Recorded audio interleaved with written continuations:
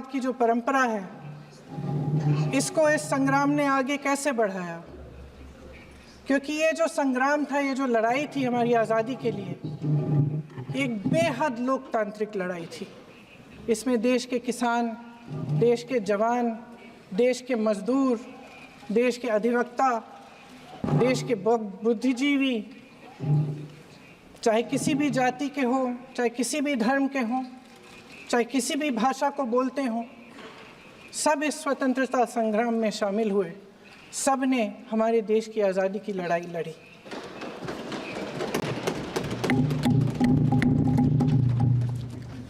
और उसी आज़ादी की लड़ाई से एक आवाज़ उभरी जो हमारी देश की आवाज़ थी। वो आवाज़ ही आज हमारा संविधान है। साहस की आवाज़ थी, हमारी आज़ादी की आवाज़ थी, और उसी की गूंज ने हमारे संविधान को लिखा और बनाया। ये सिर्फ एक दस्तावेज नहीं है। बाबा साहेब अम्बेडकर, मौलाना आज़ाद जी, राजगोपालाचारी जी और जवाहरलाल नेहरू जी और उस समय के तमाम नेता, जैसे आपने कहा, इस संविधान को बनाने की जो कार्य में सालों के लिए जुटे रहे। हमारा संविधान इंसाफ, उम्मीद, अभिव्यक्ति और आकांक्षा की वो ज्योत है जो हर हिंदुस्तानी के दिल में जलती है।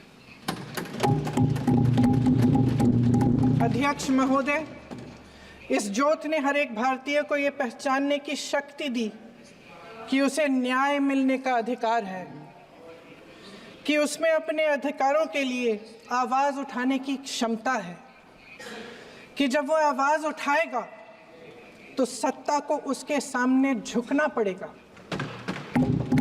इस संविधान ने हर एक देशवासी को ये अधिकार दिया कि वो सरकार बना भी सकता है और सरकार बदल भी सकता है। ये ज्योत जो हर हिंदुस्तानी के दिल में जलती है, उसने हर हिंदुस्तानी को ये विश्वास दिया कि देश की संपत्ति में, देश की दौलत में, संसाधनों में उसका भी हिस्सा है, कि उसे एक सुरक्षित भविष्य की उम्मीद का अधिकार है, कि देश बनाने में भी उसकी भागीदारी है। उम्मीद और आशा की ये ज्योत मैंने देश के कोने कोने में खुद देखी है। उन्नाव में मैं एक रेप पीड़िता के घर गई। उसे जलाकर मार डाला था। वो शायद 20-21 साल की होगी। हम सब के बच्चे हैं। हम सोच सकते हैं कि अगर हमारी बेटी के साथ बार बार बलात्कार हुआ और फिर जब वो अपनी लड़ाई लड़ने के लिए गई तो उसको जलाकर मार डाला गया होता तो हम पर क्या बीतती। मैं उस बच्ची के पिता से मिली। उसके खेत जलाए गए थे, उसके भाइयों को पीटा गया था, उसके पिता को बाहर से, घर के बाहर घसीट कर मारा गया था। उस पिता ने मुझे बताया कि बेटी, मुझे न्याय चाहिए। मेरी बेटी अपने एफआईआर को दर्ज करने के लिए जब ज़िले में गई तो उसको मना किया गया। अगले ज़िले में जाना पड़ा उसे। वो रोज़ सुबह 6 बजे उठकर तैयार होकर अकेली अपने मुकदमे को लड़ने के लिए अगले ज़िले में ट्रेन से जाती थी। उसके पिता ने मुझे कहा कि मैंने उससे कहा, बेटी अकेले मत जाओ, छोड़ दो ये लड़ाई। लेकिन उसकी बेटी ने उसको जवाब दिया कि नहीं पिताजी, मैं अकेली जाऊंगी, मैं लड़ूंगी, ये मेरी लड़ाई है, मैं इसको लड़ूंगी।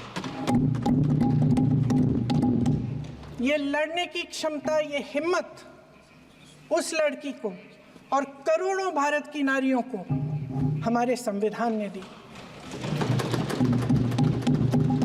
आगरा में मैं अरुण वाल्मीकि के घर गई। अरुण वाल्मीकि पुलिस स्टेशन में काम करता था, सफाई का काम करता था। आप सोच सकते हैं हमारी तरह उसका भी परिवार था। नई नई शादी हुई थी, 2-3 महीनों का बच्चा था। पुलिस स्टेशन में चोरी हो गई। चोरी का इल्ज़ाम उस पर लगाया गया। उसके पूरे परिवार को उठाकर पुलिस स्टेशन में ले गए। आप हंस रहे हैं, लेकिन ये गंभीर बात है। और क्या गंभीर बात। शर्म करो, शर्म। अरुण वाल्मीकि को पीट पीट के मार डाला, उसकी बीवी को पीटा, उसके पिता के नाखून निकाले, उसके पूरे परिवार को पीटा गया। जब मैं उस जवान महिला से मिलने गई जो अभी अभी विधवा हुई थी, तो उसने मुझे कहा कि दीदी हमें सिर्फ एक चीज़ चाहिए, हमें न्याय चाहिए और हम इस न्याय के लिए लड़ते रहेंगे चाहे कुछ भी हो जाए। ये हिम्मत उस महिला को हमारे संविधान ने दी।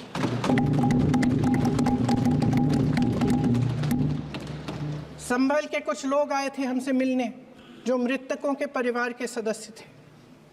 उसमें 2 बच्चे थे, अदनान और उजैर। अब सुनिए।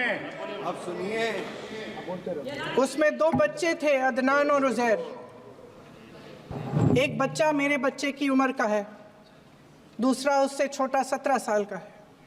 दर्जी के बेटे थे। दर्जी का एक ही सपना था कि वो अपने बेटों को पढ़ाएगा लिखाएगा। एक बेटा डॉक्टर बनेगा, एक बेटा भी सफल होगा दूसरा बेटा भी अपने जीवन में सफल होगा। उनके पिताजी हर रोज उनको स्कूल छोड़ते थे। उस दिन भी स्कूल छोड़ने के बाद अपनी दुकान में चले गए। उन्हें पता नहीं था कि विवाद हो रहा है। उन्होंने भीड़ देखी, घर आने की कोशिश की तो पुलिस ने गोली से मार डाला। वो 17 साल का बच्चा अदनान मुझसे कहता है, वो 17 साल का बच्चा अदनान मुझसे कहता है कि मैं बड़ा होकर डॉक्टर बन के दिखाऊंगा, मैं अपने पिता का सपना साकार करूंगा। ये सपना, ये आशा उसके दिल में हमारे संविधान ने डाली। अध्यक्ष महोदय, हमारे देश के करोड़ों देशवासियों के संघर्ष में, अपने अधिकारों की पहचान में, इनकी कठिन से कठिन परिस्थितियों से लड़ने की अपार हिम्मत में और देश से न्याय की अपेक्षा में हमारे संविधान की ज्योत जल रही है। मैंने हमारे संविधान की ज्योत को जलते हुए देखा है और इसके साथ साथ ये भी समझा है कि हमारा संविधान एक सुरक्षा कवच है। एक ऐसा सुरक्षा कवच है जो देशवासियों को सुरक्षित रखता है, न्याय का कवच है, एकता का कवच है और अभिव्यक्ति की आज़ादी का कवच है। दुख की बात यह है कि मेरे सत्ता पक्ष के साथी जो बहुत बड़ी बड़ी बातें करते हैं, इन्होंने इन 10 सालों में यह सुरक्षा कवच, सत्ता पक्ष के मेरे साथियों ने ये सुरक्षा कवच तोड़ने का पूरा प्रयास किया है। संविधान में सामाजिक, आर्थिक और राजनीतिक न्याय का वादा है। ये वादा एक सुरक्षा कवच है जिसको तोड़ने का काम शुरू हो चुका है। लैटरल एंट्री और निजीकरण के जरिए ये सरकार आरक्षण को कमजोर करने का काम कर रही है। अगर लोकसभा में ये नतीजे नहीं आए होते तो ये संविधान बदलने का काम भी शुरू कर लेते। सच्चाई ये है अध्यक्ष महोदय कि आज संविधान बार बार इसलिए कह रहे हैं क्योंकि इस चुनाव में इनको पता चल गया कि इस देश की जनता ही इस संविधान को सुरक्षित रखेगी, कि इस चुनाव में हारते हारते जीतने से इन्हें एहसास हुआ कि ये संविधान बदलने की बात इस देश में नहीं चलेगी। आज जनता की मांग है कि जाति जनगणना हो। सत्ता पक्ष के मेरे साथी ने इसका जिक्र किया ये जिक्र भी आज इसलिए हो रहा है क्योंकि चुनाव में ये नतीजे आए। ये जाति जनगणना इसलिए ज़रूरी है ताकि हमें पता चले कि किसकी क्या स्थिति है और नीतियां उस हिसाब से बने। इनकी गंभीरता का प्रमाण ये है कि जब चुनाव में पूरे विपक्ष ने जोरदार आवाज़ उठाई कि ये जाति जनगणना होनी चाहिए, तो इनका जवाब देखिए। इनका जवाब भैंस भाग भैंस चुरा लेंगे, मंगलसूत्र चुरा लेंगे, इनका ये जवाब था।